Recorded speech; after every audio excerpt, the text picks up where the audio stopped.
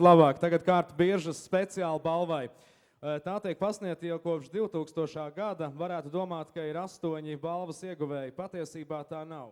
Arī šai balvai ir iegravēti balvas saņēmēju vārdi. Tiesa jāsaka, starp uzņēmumiem, cilvēku vārdiem un uzvārdiem pagājušajā gadu ieraksts viens iztrūka, jo nebija tāda īpaša veikuma, ko gribētos atzīmēt. Toties šogad tāds ir.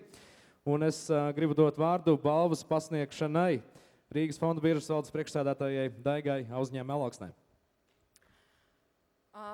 Jā, šī statuja tiek pasniegta par būtisku veikumu Latvijas vērtspapīra tirgus attīstībā.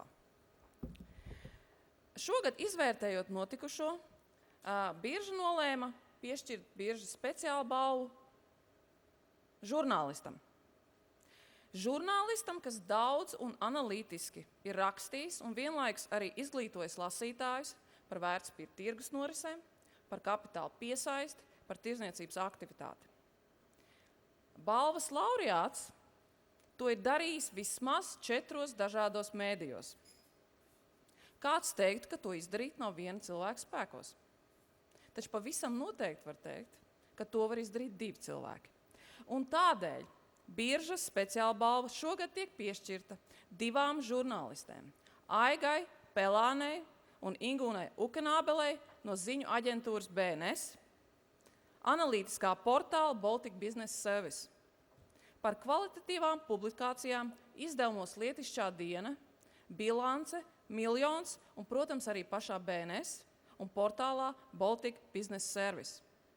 Es aicinu uz skatuves abas laureātes. Aiga Pelāne un Ingūna Ukenābele.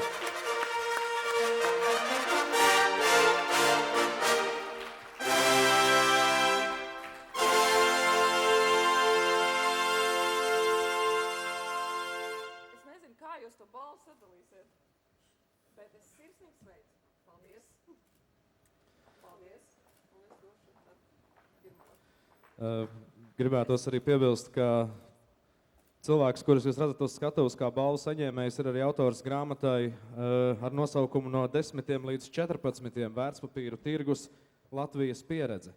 Nu, es tagad pārbaudīšu, cik ļoti jūs sekojat līdz tam, kas notiek un kas notiks. Jūs zināt, līdz cikiem nākamgad Rīgas fonda birža strādās? Jā, viņa zina. Viņa raksta pa biržu. Mēs taču sarunājām, jums bija jāsaka nē. Nē, Viņa raksta. Līdz cikiem? līdz 4. Atcerieties, tas ir jaunums. Nākamgad tirdzniecības sesijas no 10 līdz 4.